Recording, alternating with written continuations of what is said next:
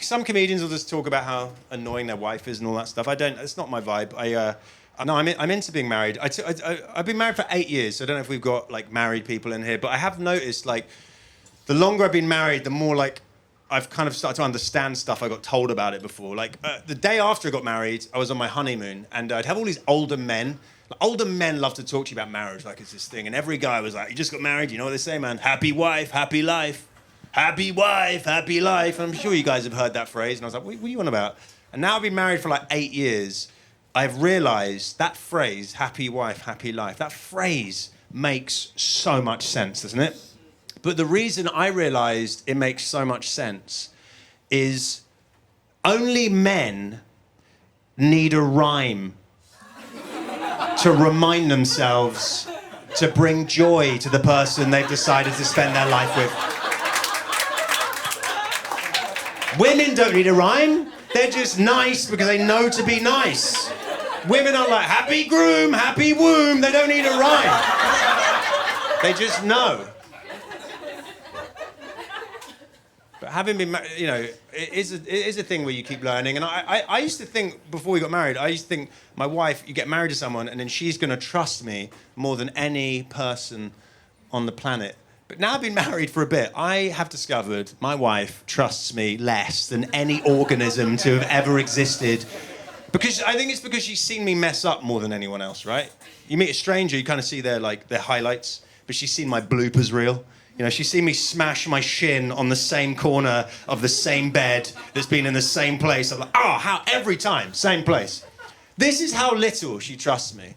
We went for dinner the other day, and I parked the car, and I'm about to get out, and she goes, "What are you doing?" I go, "I'm getting out of the car." And she goes, "Yeah, but you just parked on a yellow curb." And I'm like, "Yeah, but it's after 6 p.m, and I don't have the same in DC, but in Los Angeles, I'm like, it's free to park on a yellow curb after 6 p.m. And she goes, "Are you sure?" I'm like, "All right." So I get my phone out, and I Google it, and I'm like, yeah, it's free to park on a yellow curb after 6 p.m. And she goes, "Okay." But I could tell it was not okay. And I knew it wasn't okay because we crossed the street and we're walking a little bit away from it, and she keeps looking back at the car. Like the car's gonna go, "Psst, he's lying."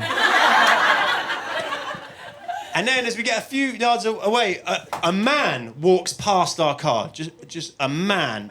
And she just shouts across the street, "Excuse me, can you park on a yellow curb after 6 p.m. in Los Angeles?" Just a man.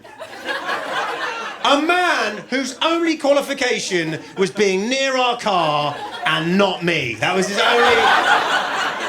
He wasn't even in a car, he was walking. He'd ask him about jaywalking, not parking. It wasn't even the fact she didn't trust me. She didn't trust my ability to read words on the internet accurately.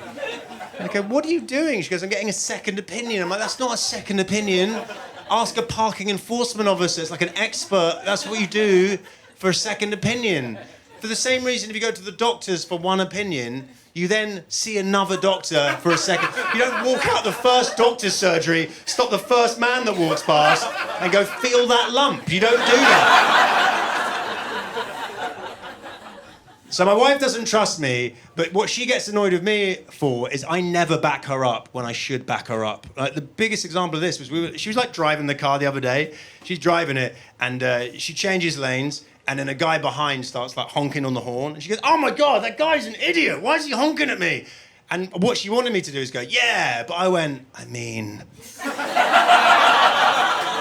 he didn't really signal early."